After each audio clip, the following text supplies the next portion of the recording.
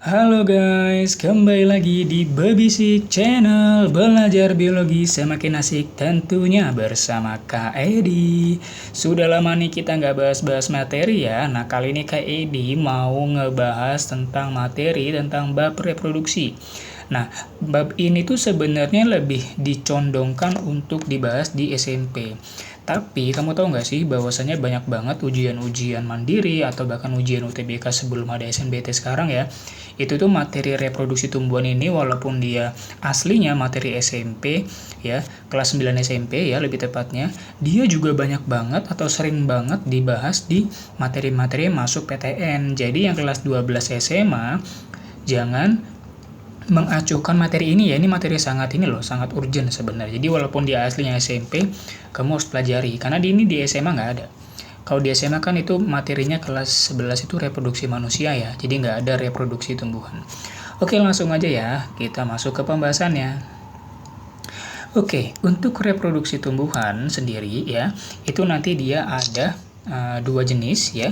Ada yang namanya reproduksi seksual, kita sebut dengan reproduksi seksual, atau nama lainnya adalah generatif ya, atau nama lainnya yang melalui suatu perkawinan, atau kita bilang karena ini adalah tumbuhan maka kita sebut namanya melalui penyerbukan atau proses pertemuan antara gamet jantan dan gamet betina. Jadi kalau dibilang seksual, nama lainnya apa? Generatif dan melibatkan organ seksual. Nah, kalau yang satunya lagi disebut juga dengan namanya reproduksi aseksual. Untuk reproduksi aseksual itu nama lainnya adalah vegetatif dan kebalikan dari si seksual tadi. Kalau vegetatif berarti dia tidak melibatkan organ kelamin atau organ seksual. Seperti itu, ya. Oke, kita lanjutkan. Oke, sekarang kita akan bahas tentang reproduksi seksual. Untuk pembahasan reproduksi seksual ini kamu tuh harus harus paham dulu bahwasanya kalau udah ngomongin seksual berarti ngomongin apa? Ngomongin organ yang dipakai atau digunakan atau organ yang terlibat selama reproduksi seksual itu sendiri. Siapa itu nama organnya? Ini nih gambar kita. Apa itu? Bunga. Iya sekali. Nah, ini bunga ini harus kamu pahamin bagian-bagiannya. Ya, terutama bagian yang merupakan organ seksualnya atau organ kelaminnya. Nah, untuk kepala sari, benang sari ini merupakan gamet jantan atau organ seksual jantan. Ini adalah jantan. Ingat simbol jantan ya. Sedangkan kalau yang di tengah ini dari sini sampai sini itu namanya adalah putik ya. Nah, putik ini nanti dibagi-bagi.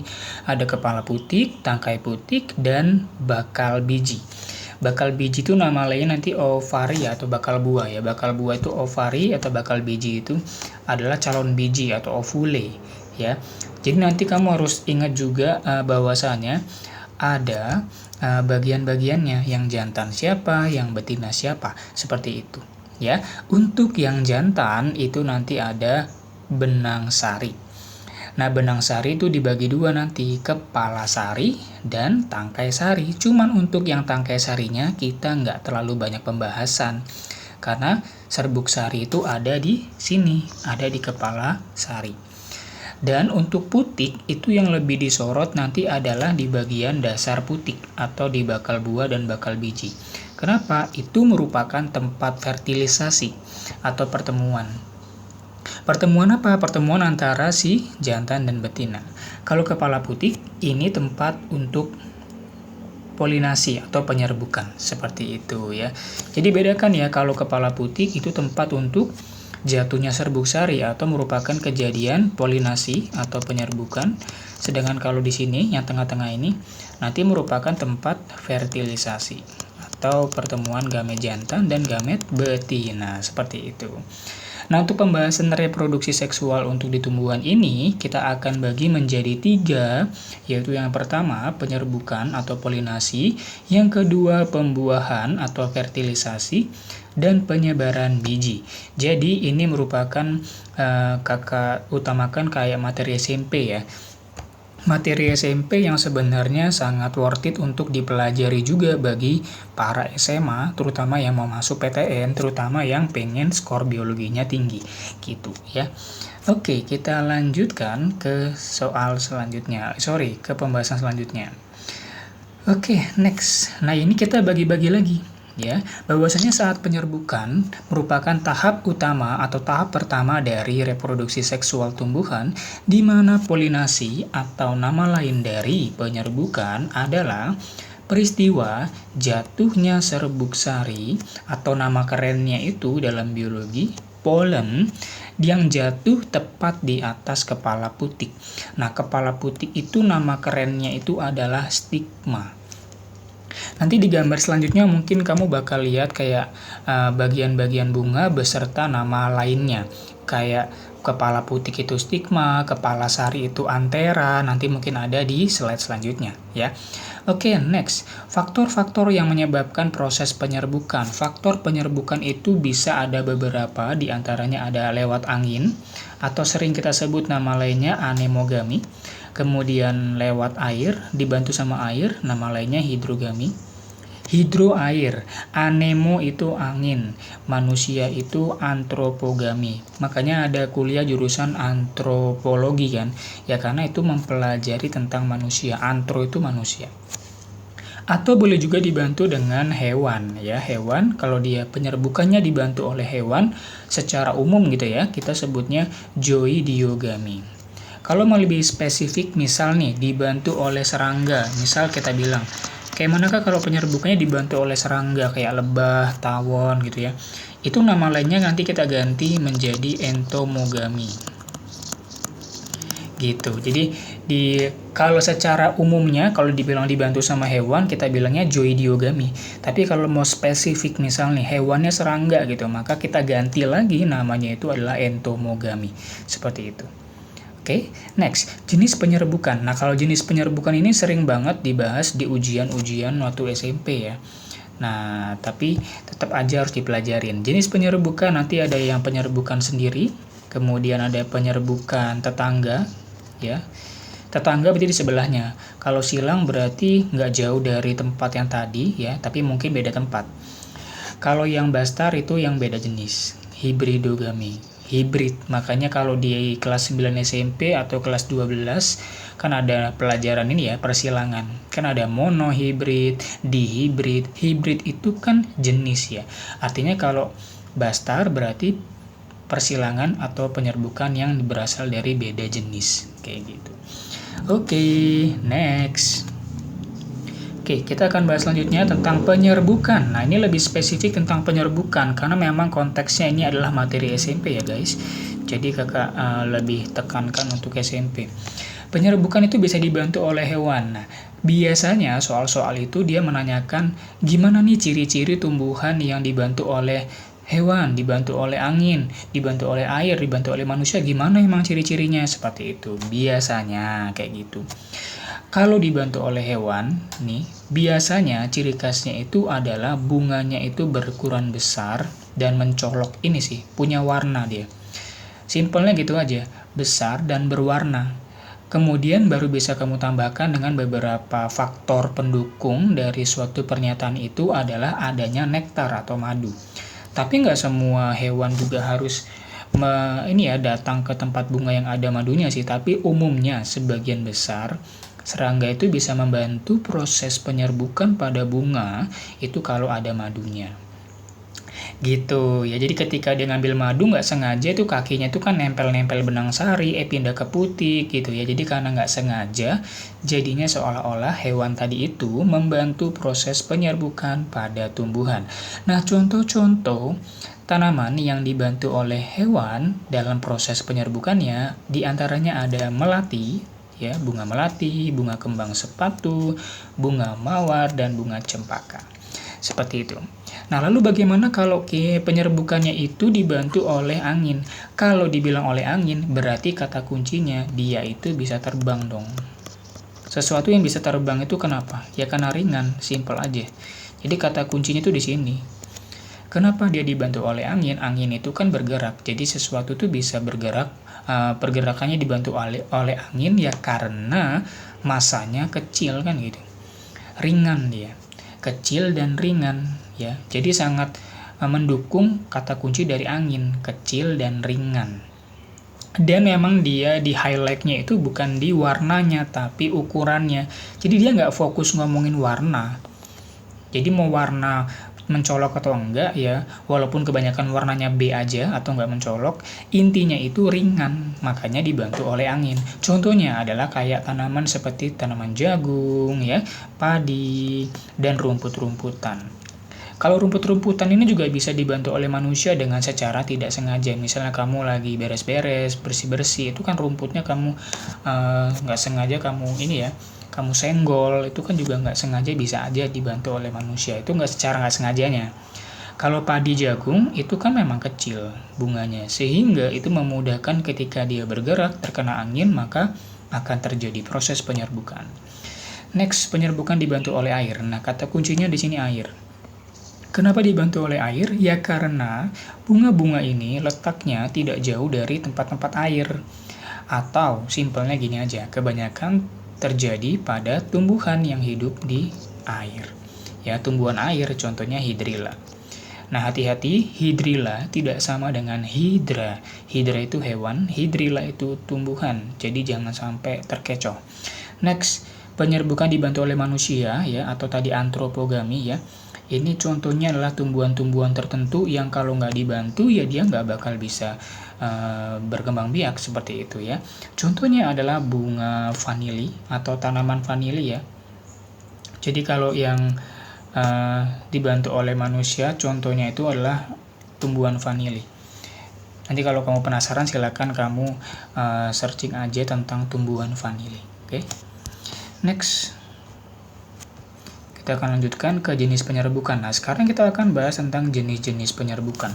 Untuk jenis-jenis penyerbukan ya, ini sebenarnya mudah sekali ya. Ketika dibilang penyerbukan sendiri, ya berarti itu terjadi pada bunga itu sendiri.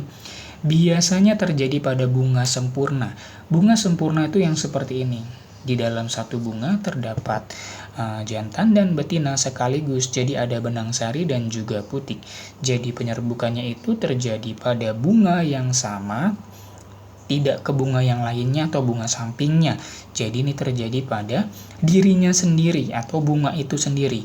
Bunga itu udah punya jantan dan betina, jadinya ya udah sendiri aja gitu, tidak melibatkan yang lain-lain. Seperti itu ya.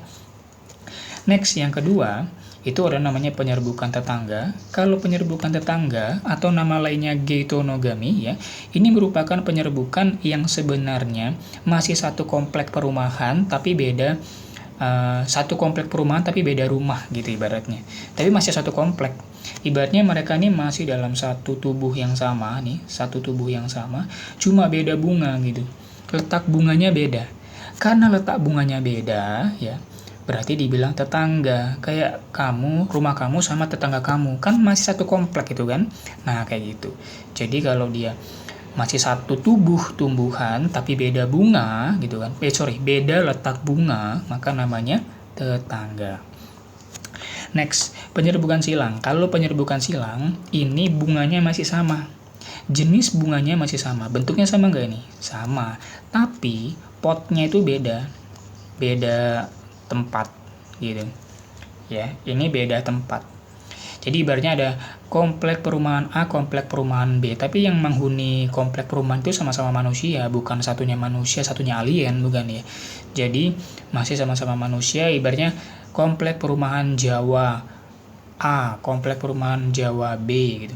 Jadi sama-sama orang Jawa gitu ya, tapi komplek perumahannya beda gitu. Nah sama dengan ini bunganya masih sama, tapi potnya itu beda. Tahu pot kan? Tempat naruh bunga, tanaman. Jadi kalau yang tadi ini kan satu pot semua, ini satu pot, ini satu pot. Gitu kan. Kalau yang ketiga ini jenisnya itu dia beda pot. Beda tubuh tumbuhan. Badannya beda, tapi jenisnya sama. Gitu ya.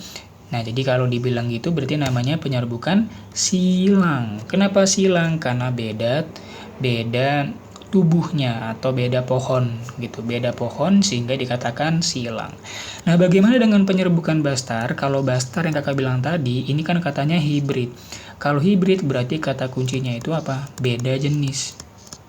Penyerbukan yang memang beda jenis, beda varietas. Perhatikan bentuk bunganya, yang ini seperti ini, yang ini seperti ini. Beda nggak bentuknya? Nah, karena dia beda jenis ya atau beda varietas atau apalah itu ya, yang udah kelihatan jelas beda bentuk mahkota maupun tangkai maupun daun, maka disebut sebagai penyerbukan Bastar atau hibridogami. Seperti itu. Untuk penjelasannya, kalau ada yang mau penjelasan detailnya gitu kan, kalian bisa lihat di sini. Nah, ini adalah penyerbukan sendiri, penyerbukan tetangga ya. Kalau dia sendiri berarti di sini udah jelas ya, kalau dia sendiri berarti menyerbuki putik dari bunga yang sama. Itu kata kuncinya. Ya, proses penyerbukannya itu pada bunga yang sama. Kalau dia tetangga atau getonogami, tadi ya, ini jatuh ke bunga yang lain tapi masih dalam satu pohon. Satu tubuh tumbuhan tadi ada 2 cabang gitu kan, tapi beda letak bunga gitu. Cuman beda letak bunga aja, tapi masih satu pohon. Kalau dia penyerbukan silang, berarti dia jatuh ke pohon lain, atau beda badan, kan gitu, beda pot. Tapi masih satu jenis, sama-sama bunga yang sama, cuman beda pot yang tadi kan. Kalau penyerbukan Bastar, berarti udah jelas nih, berbeda varietas. Ada bunga A dengan bunga jenis B, itu silang. Silangnya itu beda jenis. Kalau silang beda jenis, nama lainnya Bastar. Kalau silang sesama jenis, namanya adalah alogami. Kalau Bastar itu beda jenis. Seperti itu. Jadi ini detailnya ya, simpelnya. Kalau kamu belajarnya panjang, ribet ya. Ini udah kakak singkat ya, secara bahasa. Aslinya mungkin kalau di buku-buku itu lebih panjang ya. Apabila terjadi bla bla bla bla, terlalu banyak diksi gitu ya. Oke, next. Kita akan masuk ke pembuahan. Nah, pembuahan atau namanya fertilisasi, ini merupakan tahapan lanjutan dari penyerbukan. Setelah terjadi penyerbukan atau polinasi, yaitu jatuhnya serbuk sari di atas kepala putik, maka nanti si gamet itu akan bergerak. Jadi di sini ada polen ya. Polennya ini dia adalah serbuk sari sebenarnya. Nah, ini ada polen nih. Polen itu serbuk sari. Ketika polennya jatuh di atas kepala putik, maka si polen itu kan jantan. Sel kelamin jantan, maka dia akan bergerak menuju ke dasar putik. Dia akan gerak nih ke bagian bawah. Nah, seperti itu. Ini gambarnya mungkin agak kebalik ya, harusnya kakak ke arah kiri. Nah, kayak gitu. Nah, jadi ini harusnya di sebelah kiri jatuhnya, bukan sebelah kanan. Ini kakak hapus dulu ya. Oke. Nah, ketika sudah sampai di bakal buah, maka nanti dia harusnya ketemu dengan sel kelamin betina. Jadi sel kelamin jantan akan bergerak melalui tangkai putik dan bergerak ke bagian dasar putik untuk menemui sel kelamin betina. Dan nantinya akan melakukan proses fertilisasi atau pembuahan. Seperti itu. Nah, ini kalau gambar ribetnya ya. Gambar terlalu detailnya. Coba kita bergerak ke gambar selanjutnya. Nah, ini pembuahan ganda. Jadi kalau pembuahan ganda ini merupakan karakteristik umum dari si angiosperma atau tumbuhan berbiji tertutup ya, yang cuman kamu temukan di tanaman berbiji tertutup ya. Ini cuma terjadi pada angiosperma. Jadi nanti kalau ada pembahasan gimnosperma, berarti nggak ada gitu ya. Konsepnya gitu aja. Nah, ketika buli serbuk sari jatuh ke bagian bakal atau dasar putik tadi, dia akan menemui. Jadi ada kayak pertemuan gitu. Ya, jadi nanti ada ini sperma 1, nama lainnya inti sel generatif 1 dan sperma 2 nama lainnya inti sel generatif 2. Nah, masing-masing dari sperma 1 sperma 2 ini, ingat ya, nama lainnya. Kamu jangan bingung. Inti sel generatif 1 itu sperma 1, sel sperma 1. Inti sel generatif 2 nama lainnya sel sperma 2. Oke. Nah, jadi yang sperma tadi itu atau polen atau serbuk sari yang jatuh tadi di atas kepala putik, kan dia bergerak nih ke bawah. Sambil bergerak ke bawah, dia akan melakukan pembelahan menjadi 2 sel. Lebih tepatnya 3, namun satunya mati. Ini inti sel vegetatif itu merupakan bagian dari serbuk sari tadi. Cuman inti sel vegetatif ini akan melebur ketika dia sudah sampai dasar putik. Gitu. Yang akan melakukan penggabungan dengan gamet betina itu adalah inti sel generatif 1 dan inti sel generatif 2. Paham ya? Jadi serbuk sarinya itu membelah menjadi 3 sel, ya, inti sel vegetatif, inti sel generatif yang ada 2. Yang vegetatif mati nanti atau melebur. Yang akan bergabung dengan sel kelamin betina, yang mana? Yang generatif 1 dan generatif 2. Atau nama lainnya sperma 1, sperma 2. Oke, mantap. Nah, nanti kalau yang pembuahan pertama itu adalah pembuahan antara sel telur atau ovum di dalam tadi ini, di bagian betina ya, dengan inti sel generatif 1, lebih tepatnya gitu. Ini salah ketik nih. Sedangkan pembuahan yang kedua itu adalah antara yang tengah-tengah ini, inti kandung lembaga sekunder, kadang diganti nama lainnya inti polar, ya, dengan sperma 2 atau inti generatif 2. Jadi ini nanti ada ininya ya, ceritanya ya, gambarnya. Di soal-soal tuh biasanya bakal ada ketemu gambar soal tentang ini. Jadi kamu harus ready dengan pembahasannya. Ini detailnya ya. Coba kita lihat kalau dalam bentuk soal biasanya kayak mana. Kalau di soal-soal biasanya gambarnya begini nih. Nah, kayak gini aja kalau di soal-soal. Jadi kalau pembuahan ganda ya. Pembuahan ganda itu nanti dia adalah, kenapa dibilang ganda ya? Karena ada 2 kali fertilisasi. 2 kali. Pembuahan yang pertama itu antara ini sperma 1. Ya, kakak buat IG1 aja lah ya, bukan Instagram ya. IG1 ketemu sama yang punya betina, tapi yang generatif. Ini kan perkawinan ya, atau seksual, berarti melibatkan sel yang generatif. Sinergit ini sel vegetatif, jadi kamu jangan ngomongin tentang sel vegetatif. Ya, sama antipoda. Antipoda itu merupakan bagian dari si betina, tapi sifatnya vegetatif. Kita lagi ngomongin apa? Yang generatif, yang seksual. Jadi yang kita bahas itu, yang kamu highlight itu adalah sel yang generatif. So, jangan ngomongin vegetatif kalau kamu lagi ngomongin generatif. Simple nggak? Simple kan? Gitu aja. Ya. Jadi yang pertama kakak ulang tadi, IG1 atau inti generatif 1 atau sperma 1 ini akan bertemu dengan ovum. Ini nilai ininya, kromosomnya, ini haploid N, ini N. Ketika mereka digabungin, maka nanti akan menghasilkan zigot yang berkembang menjadi embrio. Nah, ini sifatnya 2N atau diploid ya. Sedangkan pembuahan yang kedua atau fertilisasi kedua nanti ada sisanya, yaitu sperma 2 atau IG2 bertemu sama yang tadi tengah-tengah. Ini ulangan aja sih. Inti kandung lembaga sekunder. Sering kakak singkat jadi IKLS atau nama lainnya inti polar. Ingat itu gambarnya.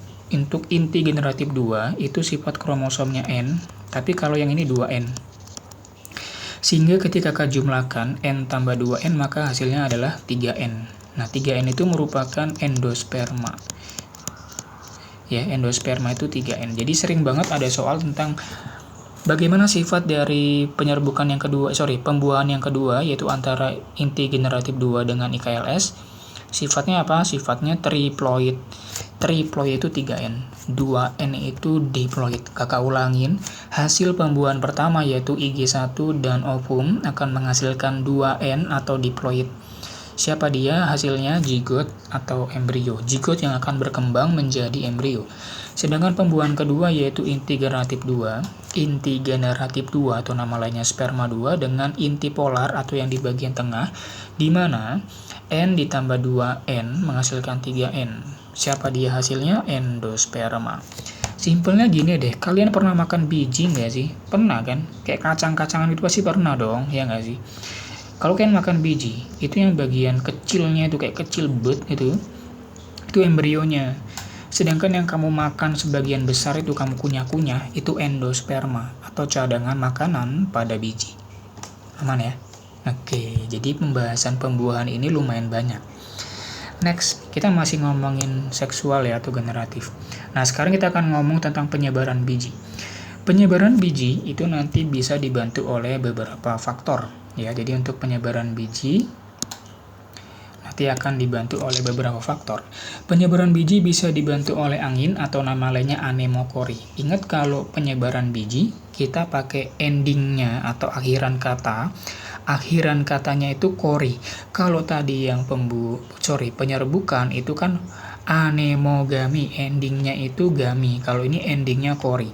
Karena konteks pembahasannya itu penyebaran biji. Oke. Nah, jadi kalau nanti ada penyebaran biji dibantu oleh angin atau nama lainnya anemokori, sama sebenarnya karakteristiknya. Bijinya itu biasanya kecil, ringan, berbulu, bersayap. Kenapa dia bisa kayak punya sayap seperti sayap atau berbulu? Ya biar bisa terbang, kan gitu. Ya kan? Simple kan sebenarnya. Simpel, kamu bayangin kalau sesuatu yang bisa terbang itu pasti butuh sayap, butuh alat tambahan, struktur tambahan, entah itu bulu, entah itu sayap ya, dan pasti dia ringan. Kalau dia berat mana mungkin dia bisa terbang, ya kan? Sehingga nanti dia bisa terbang. Contohnya adalah bunga dandelion. Nih bunga dandelion. Sering kan dibuat jadi wallpaper ya, wallpaper HP, wallpaper laptop ya, komputer gitu. Itu dandelion. Atau juga contohnya ada lagi bunga apa itu? Bunga sih. Strobilus ya. Strobilus itu juga sama, dia pakai angin. Strobilus pinus. Strobilus itu bukan bunga, tapi seperti bunga. Strobilus pada pinus atau cemara. Kalau kalian main-main ke hutan pinus atau hutan cemara, kan ada kayak jatuh-jatuh di bawah itu kan. Itu namanya strobilus. Strobilus itu bunga pada gimnosperma gitu ya. Nah, ada juga namanya hidrokori. Hidrokori ini merupakan penyebaran biji yang dibantu oleh air. Ya sama kayak depannya. Depannya apa? Hidro. Artinya dibantu oleh air. Nah, tadi lagi, kenapa dibantu oleh air? Karena lokasi tanaman ini nggak jauh-jauh dari air. Ya, dekat perairan. Contohnya kayak bakau, kelapa. Kelapa kan daerah pantai ya. Bakau juga merupakan daerah pinggiran pantai, atau kalau kamu pernah main-main ke hutan mangrove, itu kan ada bakaunya. Oke, itu simpelnya. Next. Sekarang kita akan bahas penyebaran biji oleh hewan. Nah, ini kakak bilang tadi, penyebaran biji oleh hewan ya, ini kan bisa ada banyak ya. Kalau hewan ini bisa dibantu oleh serangga, kelelawar, burung, mamalia. Dimana kalau dia dibantu oleh serangga, tinggal tambahkan depannya ento. Kelelawar, kiropte. Kemudian kalau burung, ornito. Kalau mamalia berarti mammo, gitu ya. Nah, jadi kalau penyebaran biji, ini contohnya ini apa nih? Gambar apa nih? Luwak. Ini kan ada biji kopi. Kamu tahu kan kopi luwak kan? Kopi luwak itu kan gara-gara biji kopinya itu dimakan sama luwak, terus luwaknya itu nanti dia pupnya itu akan dibersihkan ya. Jadi luwak itu cuma membantu proses pembukaan cangkang luar pada kopi gitu ya. Jadi bukan kita makan tai, bukan ya. Makan tai. Kita cuman melibatkan luwak untuk proses perfermentasi ya, atau membuka cangkang luar dari si biji kopi itu. Karena biji kopi ketika masuk ke bagian tubuh luwak itu, dia akan secara nggak langsung terfermentasi oleh organ pencernaannya luwak, sehingga itu memudahkan terbukanya cangkang kopi. Jadi kalau kamu lihat ya, pupnya luwak itu dia masih ada bijinya itu nggak pecah gitu. Makanya di tahapan selanjutnya itu biji yang hasil dari pup luwak tadi itu difermentasi lagi, jadi bersih ya. Jadi kita bukan minum kopi tai ya, kopi tai. Oke. Nah, serangga, kalau dibantu oleh serangga contohnya biji wijen, dibantu oleh kelelawar contohnya apel, dibantu oleh burung contohnya buah kersen atau kersen kan, dan kayak ini yang luwak tadi ya. Nah gitu. Tuh, ini salah ya, harusnya kakak buat biji kopi ya. Ini harusnya kopi, bukan luwak. Luwak nama hewannya, ini harusnya tanamannya kopi. Nah gini harusnya ya, salah ketik. Nah, ada juga yang dibantu dengan manusia. Penyebaran biji dibantu oleh manusia, nggak sengaja sebenarnya sih. Kayak kamu makan buah gitu, makan buah emang bijinya kamu makan kan, enggak kan? Ya udah, ketika manusia makan buah, kan ada buah yang ditelan, ada buah yang sebagian besar itu dibuang kan sama manusia. Kayak kamu makan semangka aja kadang-kadang bijinya kamu buang tuh, ya kan? Jadi itu secara nggak sengaja. Atau biji rumput. Sama biji rumput. Kamu jalan di atas rumput, kaki kamu bergesekan sama rumput, itu kan nggak sengaja kamu menggerakkan biji rumput. Ya. Oke, ada juga namanya si gravitasi. Kalau gravitasi ini nggak usah dibahas. Ibaratnya ya konsepnya kalau buah itu matang, jatuh ke bawah. Ya kan? Jadi, ya kan ada efek fisika yaitu gravitasi. Kalau udah matang, berat, jatuh. Jatuh berarti ya udah, kemana dia jatuhnya? Gelinding kemana? Ya, menggelinding kemana? Itu kan tergantung takdirnya dia, ya kan? Oke, next. Habis ya penyebaran biji, sekarang kita akan bahas tentang reproduksi aseksual pada tumbuhan. Reproduksi aseksual pada tumbuhan, nama lainnya tadi adalah apa? Iya, benar banget ya. Ada nama lainnya adalah vegetatif. Nama lain dari reproduksi aseksual adalah vegetatif. Nah, untuk yang vegetatif ini agak ribet juga sebenarnya ya, karena kita bagi menjadi dua bagian, yaitu vegetatif alami dan vegetatif buatan. Untuk yang vegetatif alami, nanti kita akan jelaskan tentang yaitu tunas biasa maksudnya, dan juga ada tunas adventif, umbi-umbian, rizom atau rizoma, stolon, dan spora. Sedangkan untuk yang vegetatif buatan, nanti kita akan bahas tentang cangkok, okulasi, stek, enten atau mengenten, dan merunduk. Jadi ada mengenten dan merunduk. Gitu. Mari kita cek pembahasannya. Oke, kita bahas tentang reproduksi vegetatif alami. Untuk yang alami berarti dia tidak melibatkan unsur manusia atau tidak melibatkan manusia sehingga dia terjadinya secara alami sesuai dengan keadaan alam. Yang pertama adalah tunas biasa maksudnya. Tunas biasa ini merupakan tunas atau bagian anakan yang tumbuh pada ketiak daun. Jadi contohnya itu kayak si pisang. Pisang itu merupakan contoh dari tunas biasa.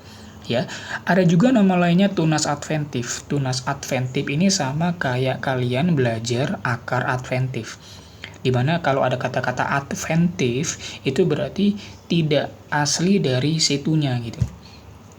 Kayak kamu belajar akar adventif itu kan berarti akar yang tidak berasal dari akar sebenarnya. Ya sama, tunas adventif ini merupakan tunas yang tidak biasa, yaitu tunas yang muncul dari selain ketiak daun. Contohnya apa itu Kak? Contohnya ini cocor bebek. Tunasnya muncul di bagian tepi-tepi daunnya. Nah ini tunas nih. Kalau kamu copot nih satu, kamu tempel ke tanah, maka akan muncul menjadi individu baru. Jadi perbanyakannya itu dari yang satu-satu ini. Keren kan? Jadi tunas adventif itu tunas yang muncul dari selain ketiak daun atau tunas yang tidak biasa. Kalau tunas yang biasa itu tunas yang muncul pada ketiak daun. Gitu ya. Next, spora. Spora ini sebenarnya lumayan juga dibahas, tapi ini kayaknya udah pernah dibahas di kelas 8 atau 7 ya sebenarnya. Spora itu merupakan satu atau beberapa sel yang terbungkus oleh lapisan pelindung. Jadi ketika dia udah matang, dia akan langsung jatuh ke tempat yang sesuai dan akan tumbuh menjadi individu baru. Ya, contohnya pada tumbuhan lumut dan paku. Ini gambar paku ya. Paku. Tumbuhan paku, suplir gitu ya, pakisan itu merupakan jenis tumbuhan paku. Jadi spora ini banyak banget dibahas di tumbuhan paku dan tumbuhan lumut daun, lumut hati, lumut tanduk itu juga pakainya spora. Jadi spora ini nggak perlu kawin, dia bakal langsung jadi individu baru. Spora yang sudah matang dan jatuh ke tempat yang sesuai atau yang mendukung, dia akan langsung menjadi individu baru. Oke, seperti itu. Kita akan lanjutkan lagi ke jenis yang lainnya. Nah, ini merupakan jenis yang nih. Kalau yang nggak ngerti tunas pada pisang ya, kan mungkin aja beberapa orang itu nggak pernah lihat atau belum lihat gitu ya. Ini merupakan gambar dari tunas pisang. New planted sucker yang banana plant and then immature mother with daughter. Jadi with daughter itu berarti tunasnya. And banana mat comprising a mother, daughter, and granddaughter. Dia akan semakin banyak lagi. Tunasnya nambah lagi. Jadi seperti itu. Dia akan bertambah. Dan kamu tahu ya, kamu jangan salah. Ini tuh bukan batang. Banyak banget dari kalian itu yang masih belum memahamin. Ini bukan batang. Kamu jangan bilang ini batang ya, ini bukan batang. Batang itu di sini. Nih batang. Itulah kenapa tadi dibilang ketiak itu di mana? Ketiak itu ya di sini di daerah batang, cabang-cabang batang. Itulah juga kenapa alasannya tunas pisang itu di sini munculnya, bukan di atas. Ini mah gedebok, gedebok. Gedebok itu pelepah kumpulan daun-daun yang agak melebar dan termodifikasi seperti kayak besar. Jadi itu bukan batang ya. Jadi kalau kamu ketemu dengan gambar pisang yang tegak itu adalah bukan batangnya. Batangnya itu di dasar dan mengalami modifikasi alias agak melebar ke samping atau horizontal dan tidak ke arah vertikal. Oke, we next. Lagi, masih tentang reproduksi vegetatif alami, kita akan bahas tentang umbi. Umbi itu banyak ya, ada umbi umbi akar, contohnya wortel, umbi batang, kentang, dan umbi lapis, yaitu bawang-bawangan. Bawang merah, bawang putih, bawang bombay, dan sebagainya. Ini adalah umbi lapis. Ya, umbi lapis ini bawang-bawangan, umbi batang, kentang, dan umbi akar itu adalah si wortel.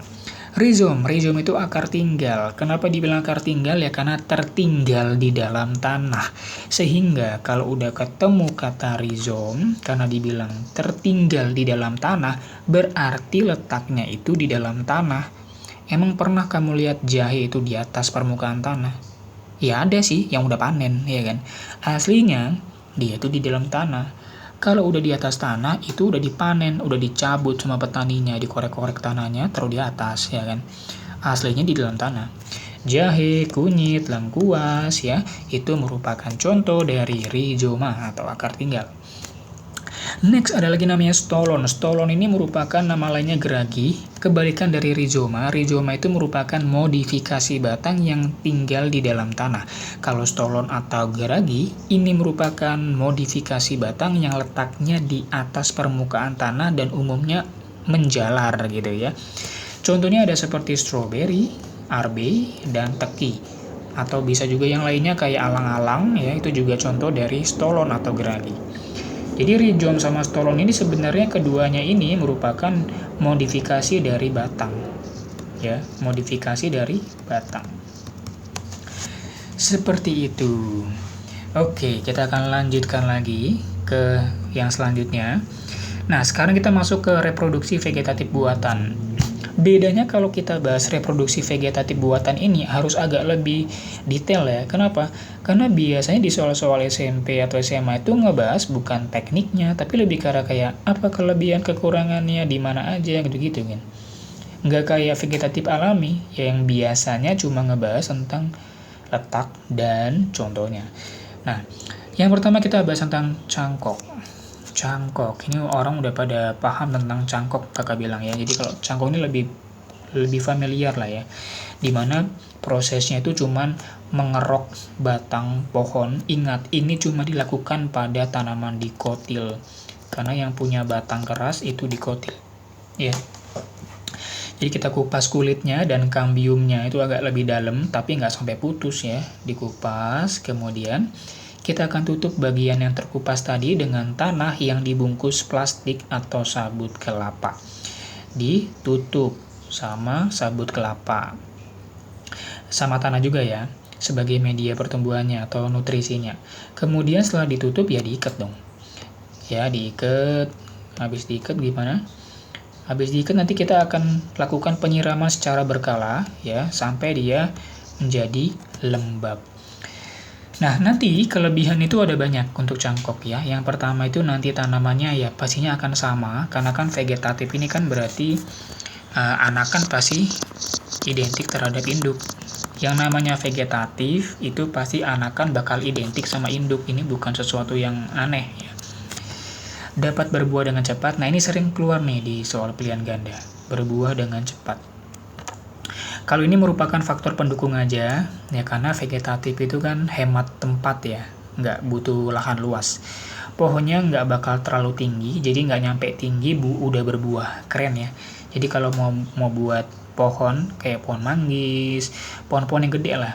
Kalau kamu mau panen tapi pohonnya itu pendek, nggak tinggi, maka pakailah cangkok.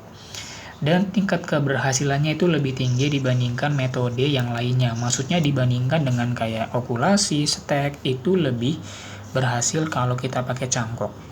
Namun ada juga nih kekurangan dari cangkok ya. Kekurangannya apa nih? Yang pertama, hanya dapat dilakukan pada tanaman sejenis. Maksudnya kalau dia mangga ya mangga gitu ya. Kemudian induk yang bisa dicangkok terbatas. Ya nggak semua bagian itu bisa dicangkok. Kita butuh bagian yang masih muda. Dan umurnya biasanya lebih pendek atau tidak selama yang tanaman aslinya. Itu untuk cangkok. Next kita bahas yang okulasi. Okulasi ini sebenarnya kata kuncinya itu adalah tempel, ya. Mengokulasi nama lainnya berarti adalah menempel. Menempelkan mata tunas dari suatu tanaman tapi masih satu jenis, ya. Jadi tujuannya itu adalah menempelkan mata tunas dari tanaman lain, ya. Supaya apa? Supaya mendapatkan varietas tumbuhan yang lebih baik. Nah, jadi ini di sini nih. Diambil mata tunasnya, kemudian ditempel. Jadi kata kunci okulasi itu tempel. Ingat aja kata kuncinya. Okulasi itu tempel, ditempel. Ada mata tunas yang ditempel. Tujuannya apa? Ya biar menghasilkan sesuatu yang baik atau gabungan. Ngerti nggak sih? Kayak misalnya ada kayak buah mangga, yang satunya itu gede tapi asam, satunya kecil tapi manis. Nah, kita gabungkan gitu sifatnya. Paham kan ya? Nah, seperti itu. Next, kita akan bahas tentang stek. Nah, kalau stek ini kakak rasa setiap orang udah mulai paham ya. Bahkan sekarang lagi zaman-zaman yang stek daun ya. Karena bisa dijual tuh bunganya. Nah, stek ini merupakan perbanyakan tanaman dengan menggunakan potongan tubuh. Jadi, potongan tubuh itu merupakan kata kunci dari stek. Stek ini bisa kita bagi dua, yaitu ada stek batang, berarti potongan batang, ataupun stek daun, atau potongan daun. Tapi ingat nggak semua daun tanaman bisa kita stek, jadi harus dipahamin, nggak semua tanaman juga batangnya bisa kita stek. Oke, jadi harus dipahami dulu ya. Ada beberapa karakteristik tertentu yang mendukung mereka bisa disetek. Contoh stek batang kayak singkong. Stek daun kayak, ya taulah tanaman-tanaman hias kebagian besar ya. Begonia, cocor bebek, itu bisa di stek daun. Oke, next. Kita akan masuk ke yang keempat. Yang keempat ini adalah enten. Enten ini nama lainnya sambung. Kalau tadi okulasi nama lainnya tempel, beda ya tempel sama sambung. Tempel itu kan berarti kan nempel di bagian sisi atau salah satu sisi. Kalau sambung itu berarti bener-bener bagiannya itu dikonekkan gitu ya. Bukan ditempel namanya, dicucuk, ibaratnya kayak disambung gitu. Masuk ke bagian dalam banget. Karena dia disambung. Nah, karena enten itu sambung, berarti dia melibatkan dua bagian ya. Ada bagian yang kita sebut namanya section, yang bagian atas, dan bagian stalk yang menempel pada bagian tanah. Ketika sectionnya udah kita cocokin supaya bisa masuk ke bagian dalam, maka nanti kita ikat nih, seperti yang di penjelasan step C ya. Diikat yang kuat, sehingga nanti akan muncul tanaman baru. Tapi ingat, ini cuma bisa kamu lakukan pada tanaman yang satu kerabat. Contohnya terong sama terong, tomat sama tomat, untuk mendapatkan mendapatkan individu baru yang lebih bagus ya. Mungkin tomatnya lebih besar ya, lebih cepat panen, gitu-gitulah ya. Jadi tujuannya lebih mendapatkan yang bagus atau gabungan dari keduanya. Oke, next kita akan lanjutkan ke yang terakhir, itu runduk. Runduk ini nggak semua tanaman ya bisa kita lakukan teknik runduk. Karena teknik runduk ini kan syaratnya adalah tanaman itu harus punya batang yang, ini ada syaratnya. Batangnya itu bercabang dan panjang, kemudian lentur dan dekat dengan permukaan tanah. Jadi nggak semua tanaman bisa kita lakukan dengan teknik merunduk. Hanya beberapa tanaman saja yang memenuhi syarat seperti yang sudah disebutkan. Nah, caranya gimana? Cara untuk melakukan merunduk ini adalah batang ditundukkan ke dalam tanah, yang nanti lama-kelamaan akan ngebentuk individu baru. Ketika sudah terbentuk individu baru, ya maka nantinya dia akan secara langsung terpisah dari induk awalnya. Contoh tanaman yang bisa kita lakukan dengan teknik merunduk ini adalah tanaman seperti alamanda dan delima. Oke, seperti itu untuk penjelasan reproduksi tumbuhan yang merupakan materi SMP kelas 9, bahkan juga masih bisa kita gunakan untuk persiapan kelas 12. So, bagi kalian yang mungkin mau mendalamin silakan di-review ya. Atau ada yang masih bingung, silakan tinggalkan di kolom komentar atas pertanyaan yang mungkin kamu masih bingung tentang materi ini. Oke, sekian dulu dari Kak Edi. Sampai jumpa di video selanjutnya. Bebisik Channel, belajar biologi semakin asik tentunya bersama Kak Edi. Bye-bye.